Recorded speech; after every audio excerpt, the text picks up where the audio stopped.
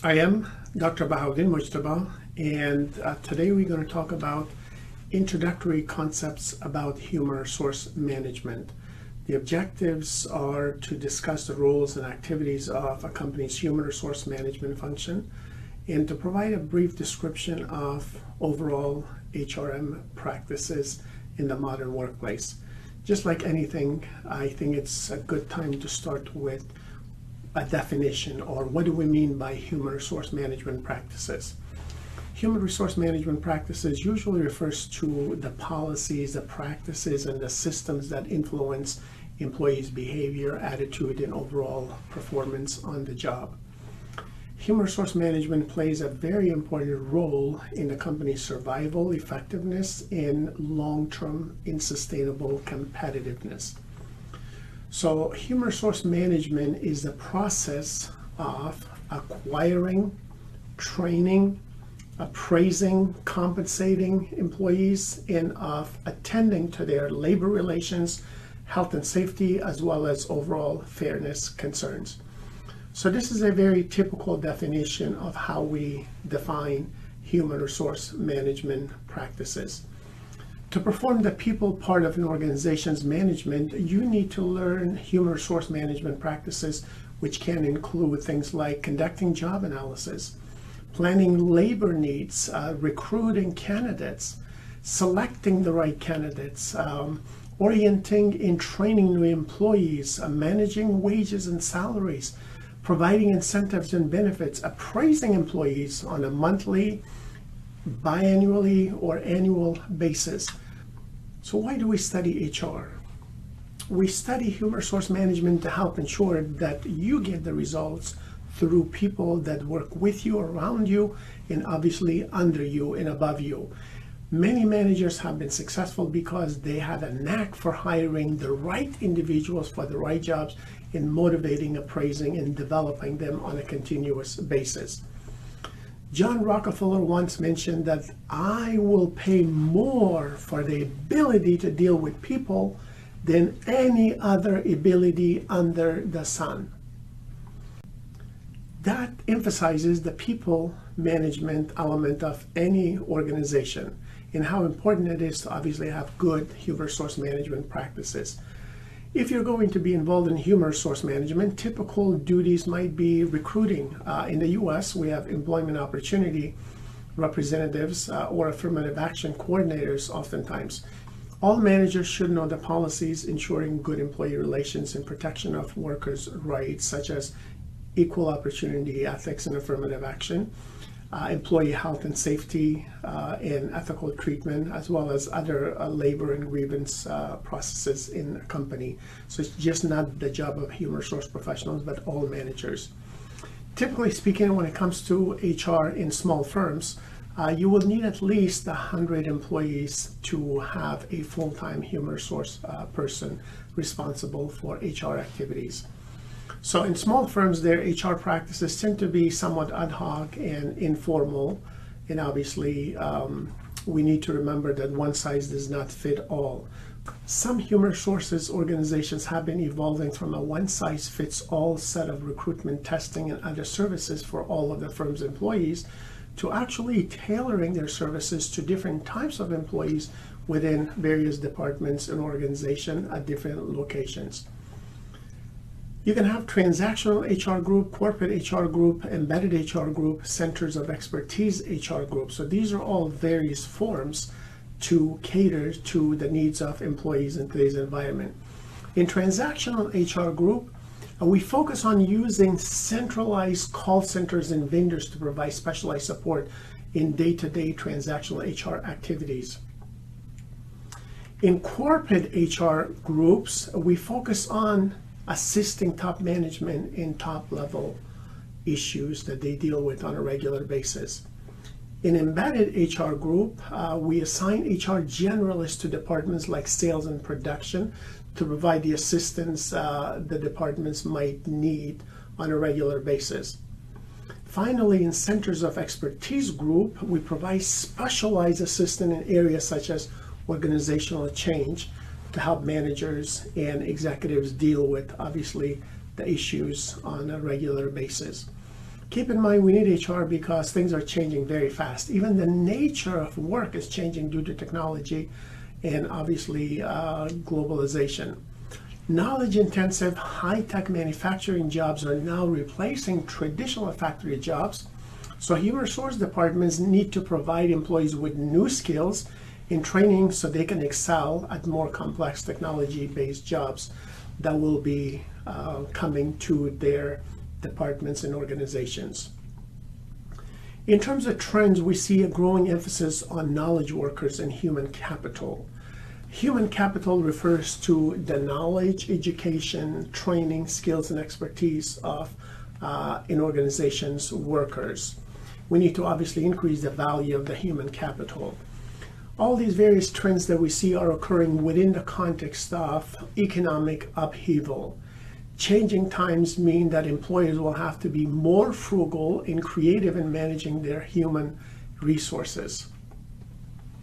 Human resource managers today use the best available evidence in making decisions about their practices, using data, facts, analytics, critical evaluations, and even critically evaluated research and case studies. So evidence-based decision making becomes critical for every single HR professional as well as HR manager, so they can remain competitive in their industries. Competitiveness refers to a company's ability to maintain as well as to gain market share in their industry. Competitiveness is related to company effectiveness, which is determined obviously by whether the company satisfies the needs of its stakeholders in a timely and effective manner. Human resource management practices for a typical organization can include analyzing and designing work, determining human resource needs, attracting potential employees, choosing employees, teaching employees how to do their jobs effectively, preparing employees for the future, rewarding employees or compensating them, evaluating their performance on a regular basis, in creating a positive work environment for all employees and managers throughout the organization. So HR is solely responsible for outplacement, labor law compliance, record keeping, testing, and employment compensation, and some other aspects of benefit administration. HR is most likely to collaborate with other company functions on employment interviewing, performance management, and discipline in efforts to improve quality as well as productivity of every single employee throughout the company.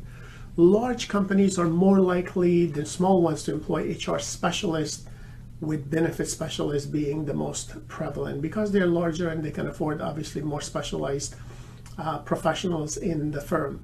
Other common HR specialization can include, obviously, as alluded to earlier, recruitment, compensation, and training and development. So training and development can be subdivided also. Training and development of employees, maybe groups, maybe new managers, or even senior managers or middle managers. Many different roles and responsibilities can be performed by HR department depending on the size of the company, the characteristics of the workforce, the industry, and also the value system of the company management at any given time. Generally speaking, human resource management is a means to contribute to the profitability, to the quality, and other business goals that any organization might have. High impact HR teams have one staff person for 64 employees. They spend more than the average HR budget per employee, which amounts to about $4,400 in the United States. And they employ a high percentage of HR specialists than more compliance-driven and basic HR organizations. High impact HR functions are more integrated with the business. They tend to be skilled at helping managers in attracting, building, engaging, and retaining talented employees. These high impact HR functions in teams can adapt quickly to business needs and workforce changes. They identify and promote talent from within the company and are continuously trying to identify what motivates employees to help them grow and develop on a regular basis. So high impact HR functions ensure that they are continuously building the talent and skills of HR professionals necessary to help the company meet new competitive challenges. The greater cost per employee of high impact HR functions is offset usually by the greater savings resulting from reduced turnover and increased levels of employee engagement. In HR, some functions are usually outsourced. Outsourcing refers to the practice of having another company or a vendor or a third party or a consultant provide services for the organization. Most commonly outsourced activities could include benefits administration, relocations, and even payroll functions. Most common reasons for outsourcing tend to include cost savings, increased ability to recruit and manage talent, improve HR service quality, and protection of the company from potential lawsuits by standardizing processes such as selection and recruitment. Within the human resource function, typically we need at least 9 competencies to be successful. Number 1, we need HR technical expertise and practice. We need to apply the principles of human resource management to contribute to the success of the business. Number 2, we need business acumen, understanding business functions and metrics within the organization as well as our specific industry. Number 3, we need critical evaluation to interpret information to determine return on investment in organizational impact in making recommendations in business decision. 4th, we need ethical practices in order to integrate our core values, integrity, and accountability throughout all organizational and business practices. 5th is global and cultural effectiveness. We need to manage human resources both within and across boundaries, regardless of where the organization is operating and hiring and recruiting or dealing with customers.